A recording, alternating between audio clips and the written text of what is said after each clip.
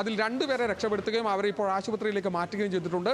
കൂടുതൽ ആളുകൾ പെട്ടിട്ടുണ്ടോ എന്നുള്ളതാണ് ഏറ്റവും പ്രധാനപ്പെട്ട കാര്യം. അതൊന്ന്.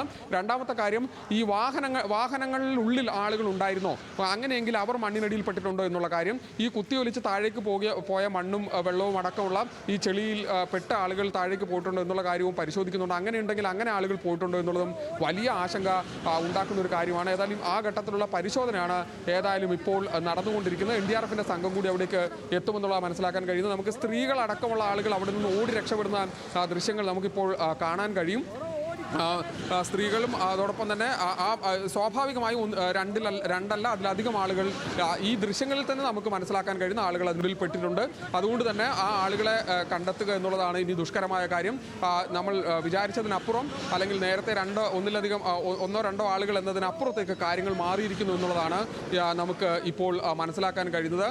ആ ദൃശ്യങ്ങൾ ഒരിക്കൽ കൂടി കാണുമ്പോൾ അല്ലെങ്കിൽ പ്രേക്ഷകർക്ക് കാണുമ്പോൾ അതിൻ്റെ വ്യാപ്തി, ഈ ദുരന്തത്തിൻ്റെ വ്യാപ്തി എന്താണെന്ന് മനസ്സിലാകുമെന്നുള്ളത് നമുക്ക് തോന്നുന്നത്.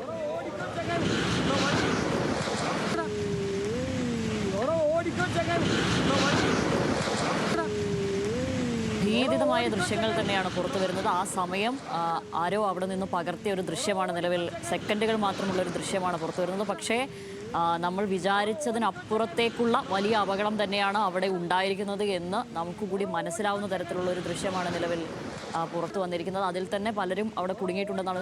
ഇപ്പോൾ അവിടെ നിന്നുള്ള ഒരു പൊതുപ്രവർത്തകൻ നമ്മുടെ ഒപ്പം ചേരുന്നുണ്ട്. ജിതിൻ എന്നാണ് പേര്. ജിതിൻ, ഇപ്പോൾ നമ്മൾ ഈ ദൃശ്യങ്ങൾ കാണുകയാണ്.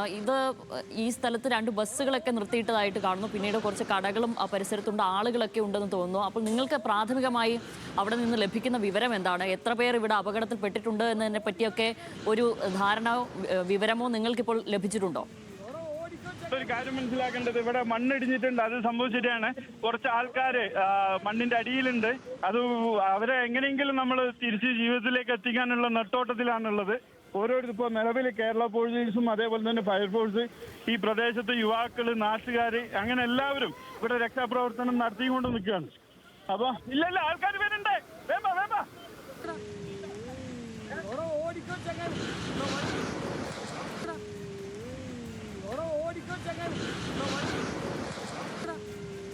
ജിതിൻ എന്നുള്ളൊരു പൊതുപ്രവർത്തനാണ് നമുക്ക് വിവരങ്ങൾ നൽകിയത്. അദ്ദേഹത്തിൻ്റെ വാക്കുകളിൽ നിന്ന് നമുക്ക് മനസ്സിലാക്കാം അവിടുത്തെ ഒരു സാഹചര്യം എത്രത്തോളം കലുഷിതമാണ്. അവിടെ രക്ഷാപ്രവർത്തനം അതിദ്രുതഗതിയിൽ തന്നെ പുരോഗമിക്കുകയാണ് എന്ന് തന്നെയാണ് മനസ്സിലാക്കുന്നത്. മണ്ണിനടിയിൽ ആളുകൾ ഉണ്ട് എന്നാണ് അവർ പറയുന്നത്. അപ്പോൾ 2 പേർ മാത്രമായിരിക്കില്ല ചിലപ്പോൾ മണ്ണിനടിയിൽ കുടുങ്ങിക്കിടക്കുന്നത്. അങ്ങനെയെങ്കിൽ നമ്മൾ വിചാരിക്കുന്നതിനും അപ്പുറത്തേക്കാണ് നിലവിൽ ഈ മണ്ണിടിച്ചിലും അതിൻ്റെ ഭാഗമായുള്ള അപകടവും നിലവിൽ മറ്റൊരു തലത്തിലേക്ക് ഉയർന്നിരിക്കുന്നു.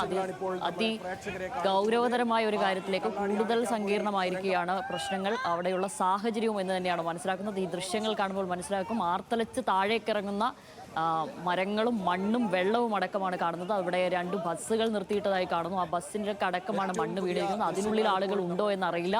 നമുക്ക് ഈ ദൃശ്യങ്ങൾ കാണുമ്പോൾ തന്നെ മനസ്സിലാക്കാം പലരും ഓടി മാറുന്നുണ്ട്. അത് തന്നെ ഒന്നിലധികം ആളുകൾ, സ്ത്രീകളും പുരുഷനുമായി 5 or 6 ആളുകൾ നമുക്ക് ആ ദൃശ്യങ്ങളിൽ തന്നെ ദൃശ്യമാണ് ഓടി മാറുന്നത്. അവരടക്കം ഈ മണ്ണിനടിയിൽ തെറിച്ചു വരുന്ന, ഇടിഞ്ഞു വീഴുന്ന ഈ മണ്ണിനടിയിൽ പെട്ടിട്ടുണ്ടോ എന്നറിയില്ല. അങ്ങനെയെങ്കിൽ അവരെ അടക്കം രക്ഷപ്പെടുത്താനുള്ള ശ്രമത്തിലാണ് നിലവിൽ അവിടെ ഉള്ളവർ എന്ന് തന്നെയാണ് നിലവിൽ ജിതിൻ എന്ന പൊതുപ്രവർത്തകൻ നമ്മളോട് പ്രതികരിക്കുമ്പോൾ മനസ്സിലാവുന്നത്. പിന്നെ പോലീസും രക്ഷാപ്രവർത്തകരും NDRF സംഘവും ഇങ്ങോട്ട് അയച്ചിട്ടുണ്ട് എന്നാണ് മന്ത്രി T. സിദ്ദീഖ് അടക്കമുള്ളവർ അറിയിച്ചിരിക്കുന്നത്. അപ്പോൾ ദ്രുതഗതിയിൽ അവിടെ രക്ഷാപ്രവർത്തനം നടക്കുന്നു എന്ന് മനസ്സിലാവുന്നു. സ്ക്രീനിൻ്റെ ഒരു സൈഡിൽ നമ്മൾ ആ അപകടത്തിൻ്റെ തത്സമയം, ആ സമയത്ത് തന്നെ ആ മണ്ണ് ആർത്തലച്ച് താഴേക്ക് ഇറങ്ങുന്ന സമയത്തുള്ള ദൃശ്യങ്ങളാണ് നമ്മൾ കാണുന്നത്. അത് കാണുമ്പോൾ തന്നെ നമുക്കറിയാം അവിടെ ഉണ്ടായിരിക്കുന്നത് നമ്മൾ പ്രതീക്ഷിക്കുന്നതിനും അപ്പുറത്തേക്കുള്ള ഒരു വലിയ അപകടം തന്നെയാണ്.